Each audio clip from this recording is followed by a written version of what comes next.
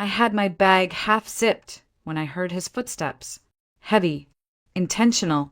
I didn't even have time to turn around before his voice snapped through the room. "Where do you think you're going?" Mark's tone was ice. I froze, my heart thudding in my throat. Slowly I turned, clutching the strap of my duffel bag like it might somehow protect me. His eyes locked onto mine with something primal, and then his fist rose. He didn't shout. He didn't curse. He just raised his arm, and for a split second, I was 7 years old again. Helpless, shaking, waiting for something I couldn't stop. But before the fist came down, he paused. His eyes flicked past me, toward the bathroom.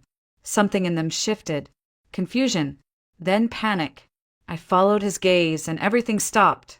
But before I can tell you who stepped out of that bathroom, I need to go back to a different morning in a different kitchen when the world was still whole. I remember the smell of cinnamon and vanilla, the sound of my mother humming an old lullaby, the sunlight streaming through the gauzy curtains. I was 7, small enough to still sit cross-legged in the kitchen chair. "Julia, breakfast!" she called gently, brushing a strand of hair from her cheek with the back of her hand. There were 2 plates, 2 mugs, and a little bouquet of wildflowers in a mason jar between them. "Why are you so dressed up?" I asked. She wore her best blue dress, lipstick soft and pink, hair in a perfect braid. She smiled. "Because every day with you is a celebration," she said. "And I want you to remember that, okay?" I didn't know it was goodbye. That afternoon, we walked to the park, holding hands tighter than usual. We fed the ducks by the pond. She was quiet, too quiet. When we sat on the bench, she turned to me and asked, "Do you know how much I love you?" "A lot," I said. "And I love you even more." She kissed my forehead. "Whatever happens, remember that. Mama will always be with you, right here." She touched my heart. There were tears in her eyes. "Are you crying?" I asked. "No, sweetheart. Just the wind." That night, she read me a story about a princess finding her way home. I fell asleep to the sound of her voice, soft, steady forever. The next morning, she was gone. They said it was her heart. I didn't understand how a heart could just stop. Hearts beat forever, don't they? I kept asking everyone, "Where's Mama?" "She's sick," they said, but no one would look me in the eyes. I believed she would come back. People get sick. They get better. Mama would come home. But a week later, strangers arrived. A woman in a gray suit packed up my things and said I was going somewhere better. A place with other kids. I screamed, clung to the doorframe. "I want Mama." I yelled until my throat burned. The woman looked me in the eyes and said flatly, "Your mother is dead. You need to grow up now." That was the moment I learned. Growing up means being alone. The state facility was cold. Long hallways that smelled like bleach and cheap cafeteria food. Metal bunk beds, painted institutional green. "Yours is by the window," said a stern woman named Mrs. Adler. "Bedding gets changed Wednesdays. Wake up at 7. I didn't speak. I just nodded and clutched the only thing they let me keep, a photo of Mama in a wooden frame. "You should hide that," whispered a girl on the next bed over. "People steal everything here." Her name was Leah. She was 9 and knew all the rules. "Got family?" she asked. "I don't know," I said honestly. She sighed. "That's bad. Kids with nobody don't get taken." I didn't even know being taken was an option. The days blended together. Wake up, eat, school, nap, dinner, lights out. I learned not to cry, to cut candy into 8 pieces so it'd last a week. I told myself Mama was in a hospital somewhere, recovering. She'd come for me. She had to. That lie was the only thing that let me sleep. Then, 6 months later, he came. A tall man in a gray suit, like the ones in courtroom dramas. The director acted like he was royalty. "Julia Spencer," someone called. No one used my full name. It startled me.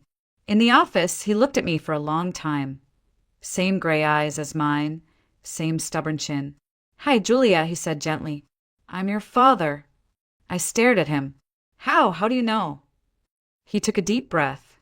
"After your mother passed, one of her friends contacted me. She said your name was mentioned in the obituary. I took a DNA test. The results came last week. And I signed guardianship papers this morning." My world tilted. My father? Then where had he been? Why hadn't he come for me? Why wasn't he there when Mama died? My voice barely rose above a whisper. "Where were you?" He dropped his gaze. "I didn't know you existed." I stared at him. She didn't tell me. I wish she had. It was the first lie he ever told me, and it wouldn't be the last. He said he didn't know, that if he had, he would have come, would have fought, would have done anything. But I didn't believe him, not then. Not when the ache of 6 months, without Mama, still lived in my bones. He said his name was Richard Spencer, that he lived in Charleston now, that he had a home, a wife. That Susan, his wife, was excited to meet me. But what about Mama? I asked because, even after death, I still clung to the idea that she might walk through the door any minute. "She'll be looking for me." He knelt down, looking me in the eye. "Julia, your mom won't be coming back." I had heard the word dead before. I just hadn't believed it. When he said it, really said it, something cracked inside me. A soundless breaking. A part of me fell away and never returned. He took me home that same day. The house in Charleston was big, bright, clean, hardwood floors that echoed beneath my sneakers, hallways that smelled like fresh linen and lemon polish. I wanted to like it. I really did. Susan met us at the front door. She was in her early 40s, warm brown eyes, soft voice. She looked like the kind of person who never raised their voice. "You must be Julia," she said, her smile calm and careful. "I've been waiting to meet you." She reached out to shake my hand. I shook it back, stiff and unsure. The house smelled like cookies, not like Mama's house. Clothes, but not quite. "Richard, can you show Julia her room?" she asked. My room was huge, bigger than our entire old apartment. There were soft curtains with flowers, a new bed, a desk, even toys. But no creaking floorboard by the door. No chipped picture frames. No scent of Mama's hand cream. "If you don't like anything, we can change it," Susan said kindly. "This is your home now." "Thank you," I said, but I didn't believe it. Not really. The first few months felt like watching someone else's life from inside a glass jar. I ate at a big table, slept on clean sheets, went to a new school. Susan packed my lunch with little notes that said things like, "You've got this." But my heart didn't get the memo. Richard was polite, nice even, but always distant. He'd ask about school like a teacher does. "How was math?" "Do you need help?" He gave birthday gifts. He drove me to piano lessons. But he didn't read bedtime stories. He didn't ruffle my hair. One night, Susan came into my room while I was lying awake, staring at the ceiling. "He's trying," she said softly. "It's hard for him." "Why?" "Because he missed everything, and he knows it." I didn't answer. Because if he knew what he missed, why wasn't he holding on tighter now? Years passed. Slowly, I stopped asking questions. I learned how to fit into the family, how to smile for pictures, how to say Dad like it didn't sting. I wore nice clothes, got good grades. I was a good daughter. At 18, while cleaning out one of Susan's storage closets, I found the truth. A bundle of letters, tied with ribbon, the handwriting, unmistakably my mother's. My heart pounded as I opened the first one. "Richard, don't look for us. Julia thinks she has no father. Let it stay that way. You made your choice. I'm making mine. But if anything happens to me, please, please take care of our daughter. She doesn't deserve to be punished for our mistakes." The letters were dated, one just a month before Mama died. She had reached out. He had known. I read them again and again, the words like needles. So he did know. She did tell him. And he stayed away anyway. When Susan found me crying, I didn't hide the letters. I looked her straight in the eyes and asked, "Why didn't you tell me?" "Because your mother asked us not to," she said gently, "and because some truths are too heavy for a child. But I'm not a child anymore." "No, Julia," she whispered, "you're not. And now you get to decide what to do with the truth." That night, I sat in my bed, looking out at the dark Charleston sky. Somewhere out there, other girls were living simpler stories, with parents who loved each other, with homes built on honesty. Mine was a story about love that couldn't survive pride, about a mother who chose silence, about a father who chose comfort, and about a girl who carried the cost, alone. The University of Virginia had a library with tall windows and an old wooden staircase that creaked like it was whispering secrets. I spent most of my free hours there, hidden among the shelves behind a stack of books and a wall I'd built around myself. Other students talked about parties, road trips, internships. I just wanted silence. I always sat at the same table, far left corner by the frosted glass window. No one ever joined me there, until he did. "Excuse me," came a voice one October afternoon. "Do you mind if I sit here? Everything else is full." I looked up, startled. He was tall, with dark hair and kind eyes, arms full of medical textbooks. "No, go ahead," I said, sliding my books to the side. He nodded and sat down, flipping open a thick volume on human anatomy. I tried not to watch him, but something about the way he quietly read, the way his fingers moved across the page with purpose, it felt safe. After 30 minutes, he glanced up. "I'm Ethan, by the way." "Julia," I replied. He looked at my stack of books. "Early childhood education." I nodded. "Planning to teach?" I hesitated. Maybe. Kids are easier than adults. They don't pretend to care. They either do or they don't. He smiled like he understood. "I'm studying to be a surgeon. Not because I like blood," he added, laughing, "but because I like fixing what's broken." Something about that sentence stayed with me. For weeks after, we met at the same table, same time. We didn't talk much. Just shared space, notes, the occasional snack. But the silence between us felt different, like company, not loneliness. One day, while I was scribbling notes, he said softly, "You have beautiful hands." I blinked, confused. "What?" "Your hands," he repeated. "They're steady, precise, like a healer's." I laughed awkwardly. "I'm not a healer." "You are," he said without looking up. "You just don't know it yet." By November, we'd walk through the park together, the leaves crunching under our shoes, the wind biting our cheeks. It was the first time I'd let anyone walk that close to me. On a bench near the water, he asked, "What's your family like?" I tensed. "I live with my dad and his wife. They're good people." "And your mom?" "She died when I was 7. "I'm sorry." "It's okay." I barely remember her face, but I remember her voice. I paused, then added, "I lived in a foster home for a while, before my dad found me." He didn't rush to fill the silence, didn't ask for more, just sat with it. "I don't talk about this stuff," I admitted. "You don't have to," he said, "but when you're ready, I'll listen." I didn't know how much I needed that until then. Someone who didn't demand pieces of me, someone who waited. Winter passed like a whispered prayer. Ethan walked me home from the library every night. He bought me tea from the vending machine, helped me with projects, remembered when I had tests. We still didn't call it love, but it was quiet, growing real. One night in February, while snow fell outside and the world felt hushed, I told him, "My mom died alone." And for years I thought she'd come back. Every time I saw a woman with the same perfume, every time I passed a bakery, he didn't interrupt. He just wrapped his arms around me. Not possessively, not hungrily, just there, steady. "Thank you," I whispered. "For what?" "For not saying stupid things like, 'Everything happens for a reason.'"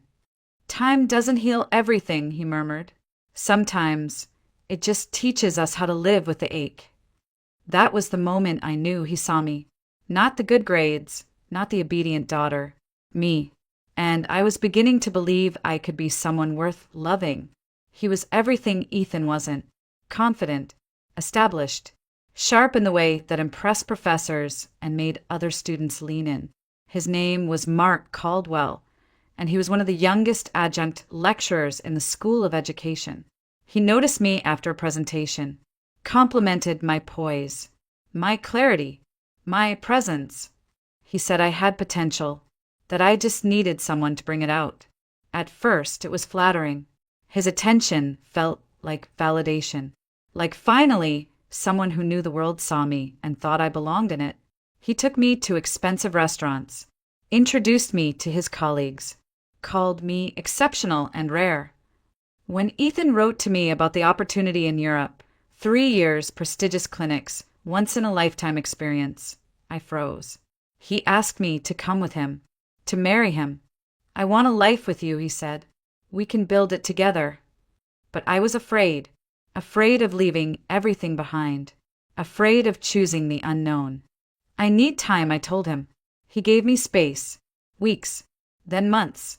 And in that space, Mark filled the silence. He made me feel important, not soft, not damaged, important. The wedding was exactly what people imagined success looked like. Crystal chandeliers, white roses, imported champagne, guests in tailored suits, murmuring how lucky Mark was. Even Susan seemed overwhelmed by it all. In the dressing room before the ceremony, she touched my veil and asked gently, "Are you happy?" I smiled at her through the mirror. "Mark is a good man." "I didn't ask about Mark," she said softly. "I asked about you." I didn't know how to answer that. During our honeymoon, Mark was generous, thoughtful, polished. He talked about buying a condo in a trendy district, about saving for investment properties, about building a future that made sense.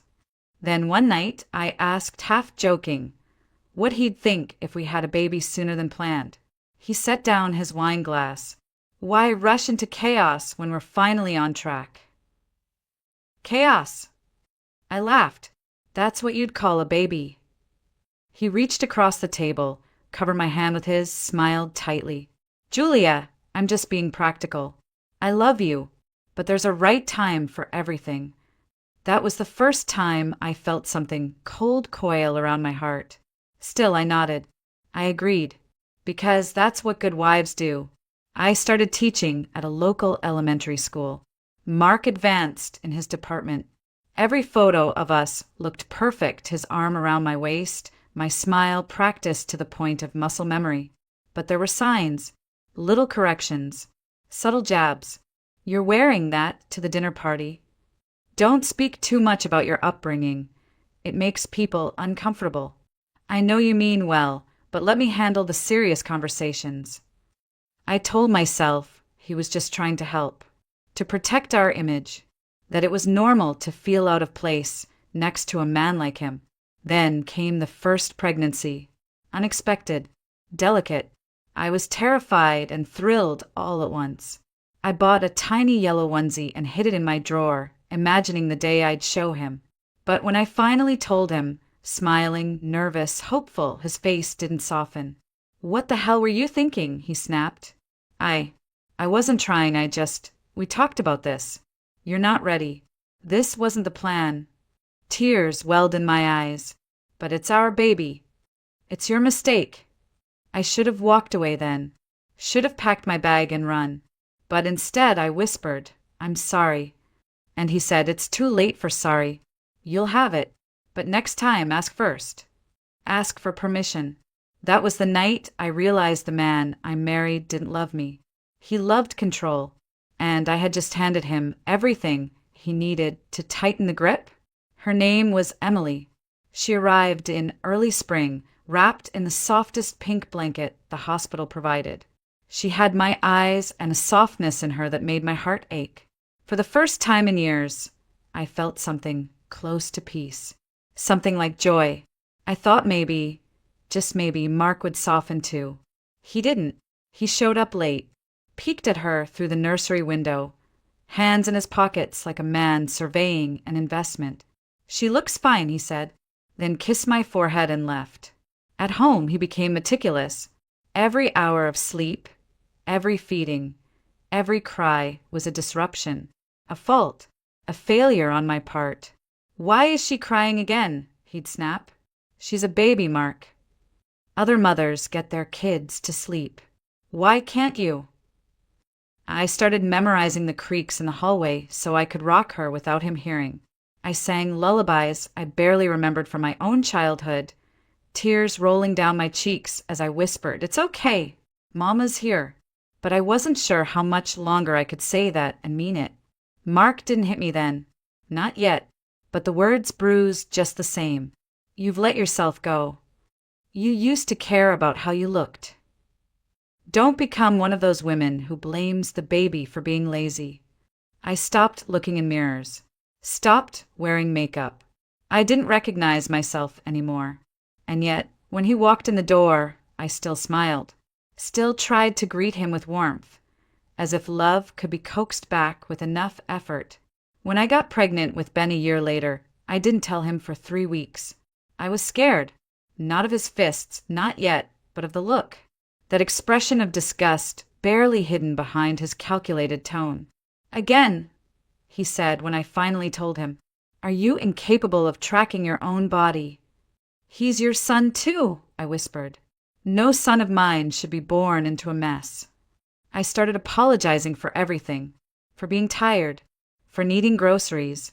For the kids crying. "Sorry," I'd say automatically. And he'd reply, "Don't say sorry. Say thank you that I'm still here." It wasn't long before his words weren't enough. The first shove came when I spilled water on the kitchen floor.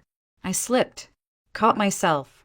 He stormed in, saw the mess, and grabbed my arm hard enough to leave bruises. "Clean it up. You're not a child," he snapped. I said, "I'm sorry." He turned back and pushed me against the counter. My elbow thudded hard into the edge. "That's the problem. You're always sorry. Be better instead." I didn't leave. I told myself it was stress, that things would get better. When Lily was born, our third, I didn't cry in the delivery room.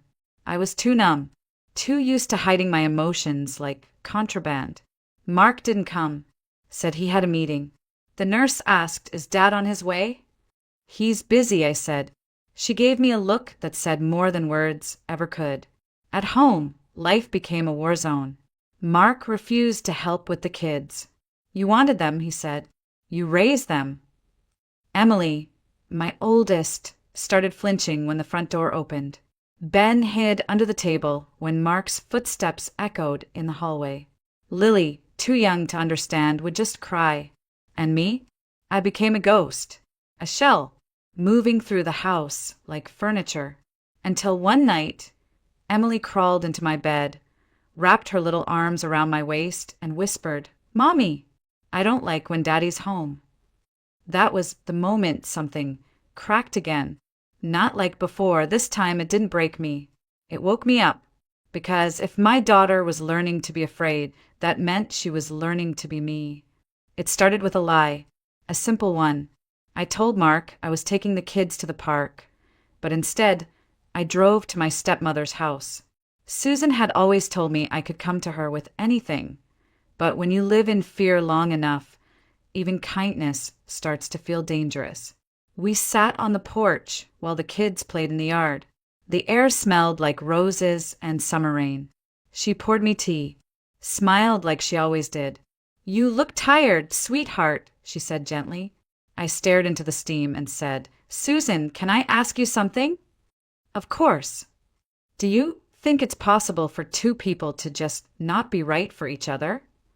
Her eyes flicked to mine, sharper than I expected. "Is something wrong between you and Mark?" I hesitated. My lips moved around everything but the truth. He's just strict. He likes things a certain way. I don't always get it right. She set her teacup down. "Julia, is he hurting you?" "No," I said too quickly. "Not like that. I mean, he didn't want kids so soon. He thinks I let myself go. That I disappoint him." She didn't blink. "Sweetheart, no one needs permission to become a mother. That's not a failure. That's a miracle. I looked at her then, really looked, and for the first time in years, someone looked back and didn't see a woman failing at her life. She saw a mother drowning. But it was too late. Mark found out I had visited them. He came home early, his face a tight mask of fury. "Why were you at your father's?" he asked. "The kids wanted to see them." "Don't lie to me," he said. "You went there to talk about me, didn't you?" "No. I swear. He struck me. Open hand. Across the face. I stumbled back, hit the wall, tasted blood. From down the hallway I heard Lily cry. Then Ben's small voice, asking if Mommy was okay. Mark turned toward the sound, eyes blazing. "Look what you've done. You scared them." That night, after the kids fell asleep, I sat in the bathroom, staring at myself in the mirror. My lip was split, my cheek already swelling. My own face looked like a stranger's. And that stranger whispered, "This isn't love. This isn't life."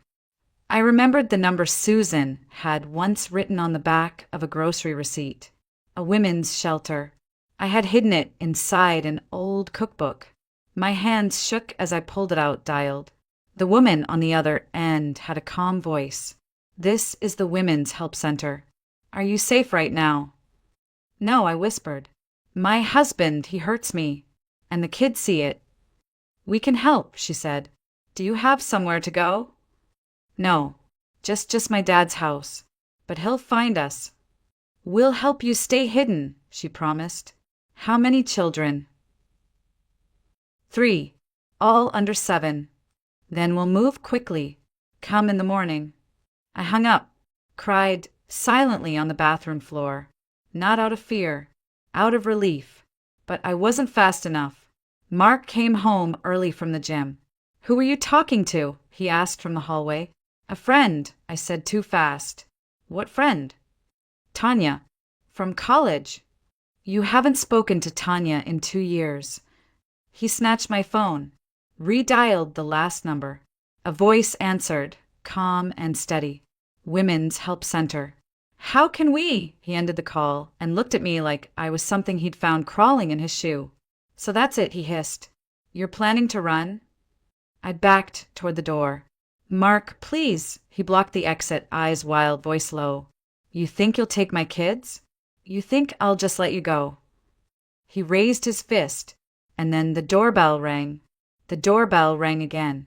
A long, steady chime that cut through the silence like a flare in the dark. Mark froze, fist still raised midair. "Who the hell is that?" he muttered. The clock read 9:30 p.m. Too late for deliveries. Too early for emergencies. "I don't know," I whispered. My voice trembled so badly it barely sounded like mine. He grabbed my arm, shoved me toward the entryway. "Open it. And if you say one wrong word," he didn't finish the threat. He didn't have to. My hands shook as I reached for the door. My pulse was thudding so loud it blurred the world around me. I looked through the peephole. At first, I thought I was hallucinating, but the voice came soft and steady, just like I remembered. "Julia, it's me. Please open the door." Ethan. He stood there in a dark coat, older, sharper around the edges, but those eyes still gentle, still sure. Mark's voice hissed from behind me. "Who is it?" "A friend. From college." Mark leaned closer. "Open it. And smile." I turned the lock with shaking fingers. The door creaked open, and Ethan stepped forward into the light. He took one look at my face, split lip, swelling cheek, eyes rimmed in red, and he didn't ask a single question. "Hey, Julia," he said softly. My voice cracked. "Hi." Mark appeared beside me. "And who exactly are you?" he demanded, puffing up his chest. "Ethan Walker," he replied calmly. "Old friend." "Well, Julia's a married woman now. You should probably leave." Ethan didn't flinch. He glanced at me again, then let his eyes settle on Mark with a quiet firmness that made the room feel heavier. "If she asks me to go, I'll go. Otherwise, I'm staying right here." Mark laughed. "You don't get to make decisions in my house." "Then let's not talk in your house." He took a step inside. Not aggressive, just solid. Mark stepped back, barely, but enough for me to notice. In the hallway, Lily had started crying. Ben's voice followed, soft and scared. Emily was trying to hush them. "I need to check on the kids," I said, moving toward their room. Mark caught my wrist. "They can wait." "No," Ethan said, voice like steel. "They can't." Mark turned on him. "What business is this of yours?" Ethan didn't answer right away. He stepped closer to Mark, just one pace, and said, "When it comes to Julia and her children, it's all my business." Mark tried to hold his ground, but something shifted. He saw it too. This wasn't the boy I'd once studied with in libraries. This was a man who'd spent years learning how to protect and repair. "Get out," Mark growled.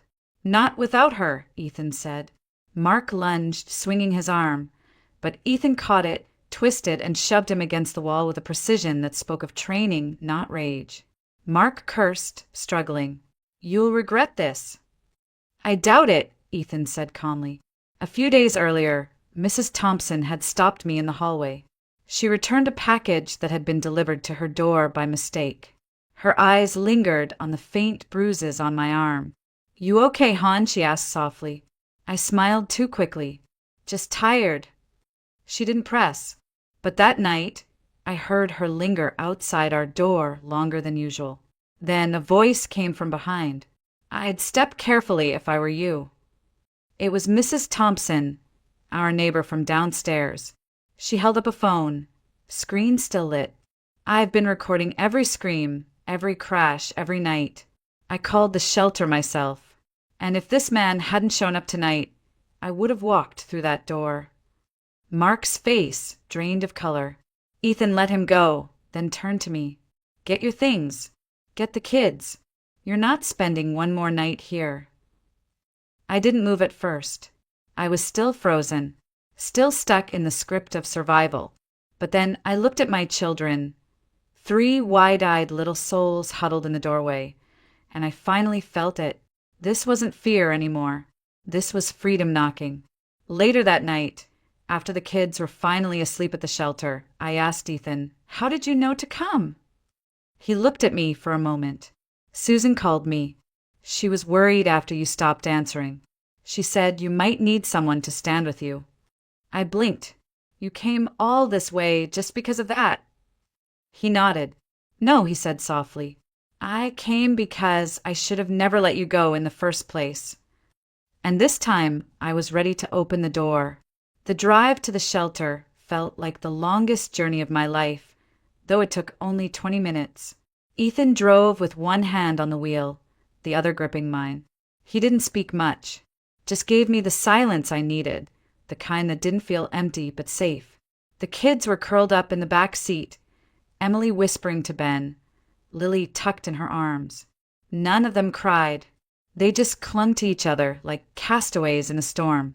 When we pulled up to the shelter, a woman was already waiting at the door. She introduced herself as Maggie. Her smile was warm, but her eyes were sharper than they first appeared. She didn't pity me. She respected me. Inside, the space was quiet, clean, soft with blankets and soft-spoken volunteers. I filled out paperwork with trembling hands while Maggie brought juice boxes to the kids. "You're safe now," she said gently. "No one knows you're here, and no one will unless you tell them."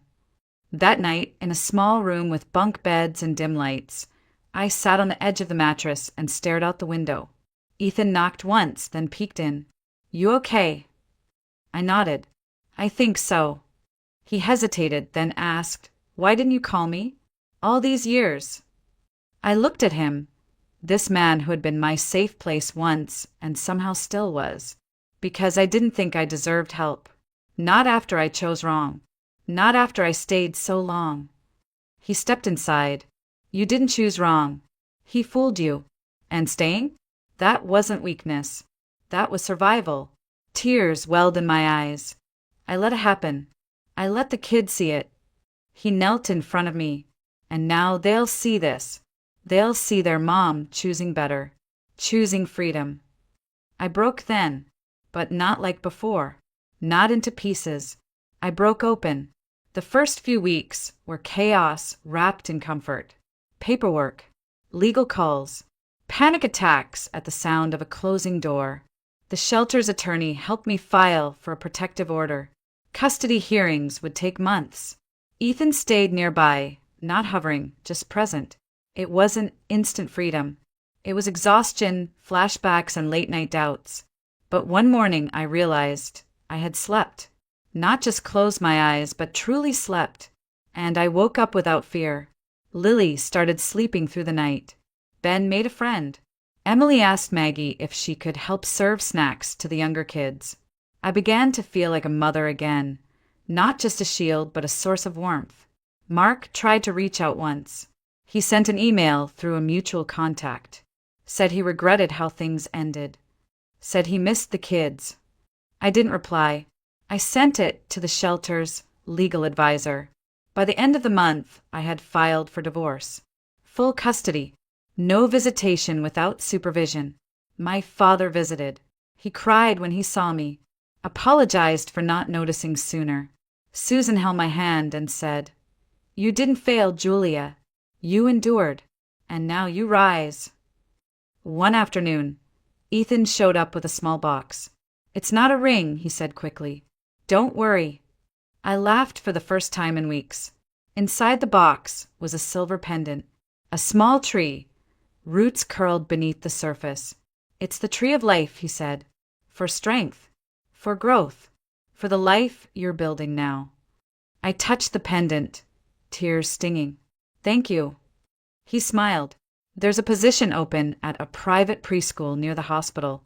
They're looking for someone who knows how to reach kids who've been through things.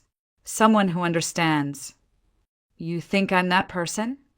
I asked quietly. "I know you are." And for the first time in years, I believed it too. We moved into a small rental house near the school. The kids picked out paint colors for their bedrooms. We planted flowers in the yard. On Saturdays, we made pancakes in our pajamas. On Sundays, we visited the library again. Ethan never asked for anything. But slowly we found our way back. Not to who we were, but to who we had become. Not broken people, but rebuilt ones. Together. And when Emily brought me a drawing one morning of our little house, a tall man, a smiling mom, and 3 happy kids with hearts over their heads, I knew. This was home. I wrote the letter late one night, long after the kids had gone to bed and the house had gone still. Rain was tapping gently against the windows, and the air smelled like lavender from the diffuser Ethan bought me last Christmas. He was asleep on the couch, a book resting on his chest, glasses tilted slightly, just like always. I opened my laptop, stared at the blank document, and typed. To the man I once married, I paused.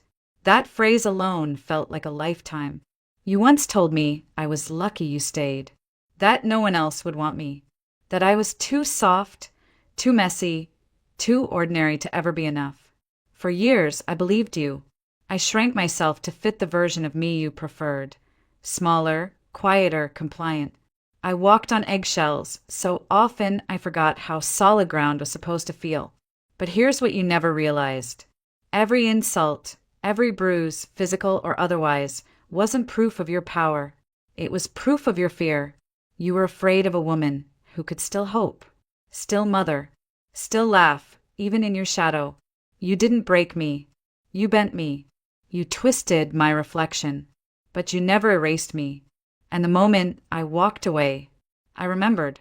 I remembered the girl who loved books and dreamed of being a teacher. I remembered the mother who sang lullabies even with a broken heart.